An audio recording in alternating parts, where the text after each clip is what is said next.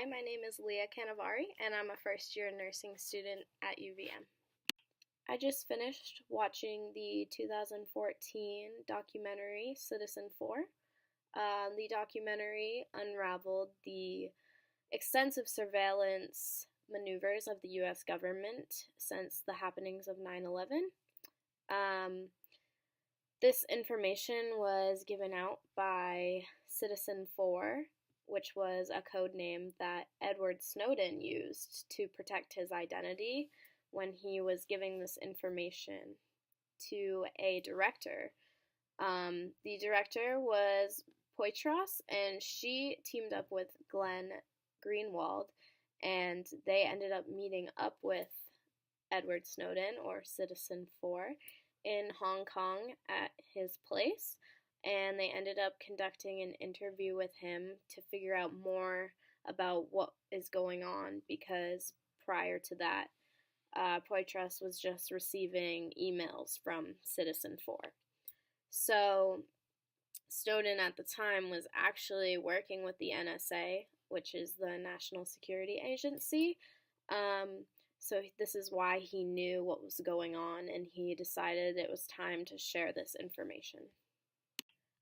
One of the main themes of the film was to sacrifice yourself for the sake of others. An example of this was definitely Edward Snowden, or Citizenfour. He basically put himself in a really tough position. He identified what he was doing, and he came clean with everything he had been, all of the information he was giving up to these people. He released his name, his actual name. So he basically sacrificed his freedom, because obviously he was doing illegal acts, for the sake of citizens in our country, because he thought that we should know. We have a right to know what the government is doing, because that's what a democracy is.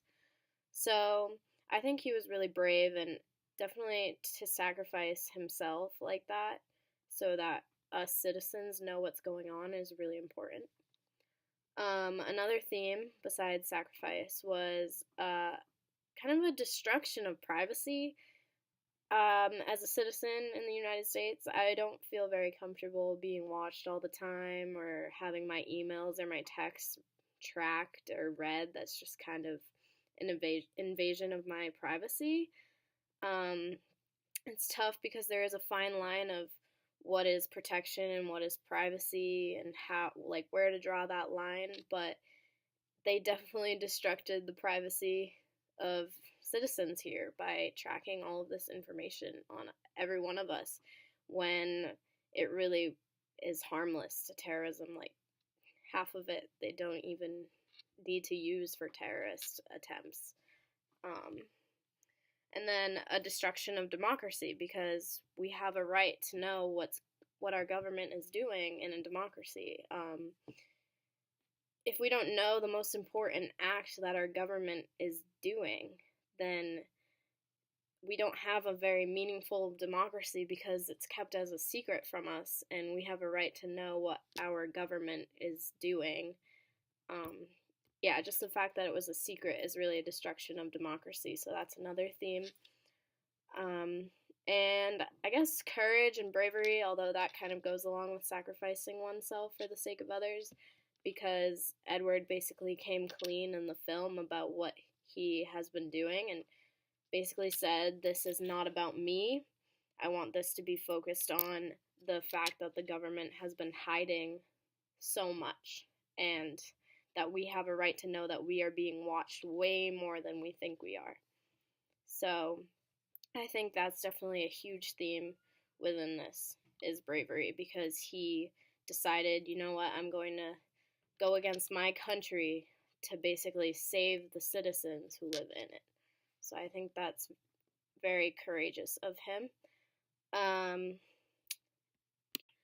One of the things I really liked about the film was that it was a real life drama. It was really engaging because this actually happened, and this film was the first time that people actually had actually heard what was going on from Edward Snowden himself in an interview. So I thought it was really cool that we got up close and personal with him.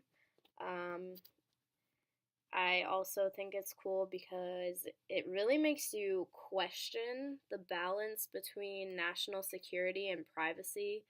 Um, and it really makes you wonder where the line should be. It is a very controversial topic, but it really makes you think what is too much and what is not enough privacy. So that's really cool because it really makes you think what we should do to keep terrorism from happening without invading the privacy of citizens. But of course, they did definitely invade our privacy, so it makes you kind of upset that you had no idea this was happening this whole time, but that's what keeps you engaged because it's real. And this is actually stuff that we are living through, so that's pretty cool to learn about. It also makes you think about the role of media. It shouldn't be used as a spy on citizens, but it is, so it makes you wonder if the media has gotten too out of control. So I really like that part of the film because I just really like how it makes you think so much about these controversial topics.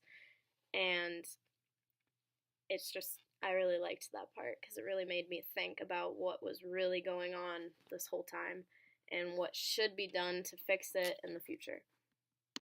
I also noticed another positive. The documentary really lets you decide how you feel about what happened. It doesn't point you in the direction of whether it was right or wrong or what is right or wrong. It really lets the viewer decide, and I think that's why it was such a success because people could really interpret it any way that they wanted to, and I thought that was a good positive. A negative that I saw about the film was the slow start. I ended up having to actually rewatch the beginning because I spaced out the first time. It just doesn't really grab you as much as I think it should, and that might turn away some of the viewers in the beginning. And also another negative that I saw was that it focuses a lot more on the journalistic side of things and not so much on the aftermath of what happened, and I guess that's really all I would change to it. That's really the only negatives I saw. So, a current event that is happening that is related to the film of Citizenfour is an event that's going on in Mexico City, actually. A Mexican presidential candidate denounced on Tuesday that there was alleged surveillance of his movements by the government in Mexico, and he wanted an explanation for it. And this was the latest in a series of accusations that Mexico is actually spying without a known cause on its own citizens. He actually confronted a driver of a vehicle which was following him on a highway. And this person who was following him was a member of the country's main intelligence agency. So obviously, Anaya assumed there's something going on here, and he was really wondering why he was being followed. There have been a lot of reports in Mexico lately of journalists or opposition politicians being tracked. And there have been fears about Russian attempts to influence the election that they're going to have. And these have all made major headlines. Basically, what Anaya is proposing is that they are following opponents of the government instead of following criminals like they should be. So this is obviously an issue with surveillance and privacy on candidates. The government is currently denying that Anaya was a surveillance target, but the videos that Anaya posted of these people following him seem to say differently. Other candidates have backed him up, like Obrador, who is the front runner in the polls, And he said that last week that him and his family were actually being targets of spying. So this is currently an issue in Mexico that we are seeing, which is kind of similar because it has to do with government surveillance and spying on their own citizens when they don't really have a good reason to. Instead of following criminals, they are following candidates for the presidential election. So this really ties into the whole idea of who are they protecting by watching these citizens, and should it be done, or is it just them spying?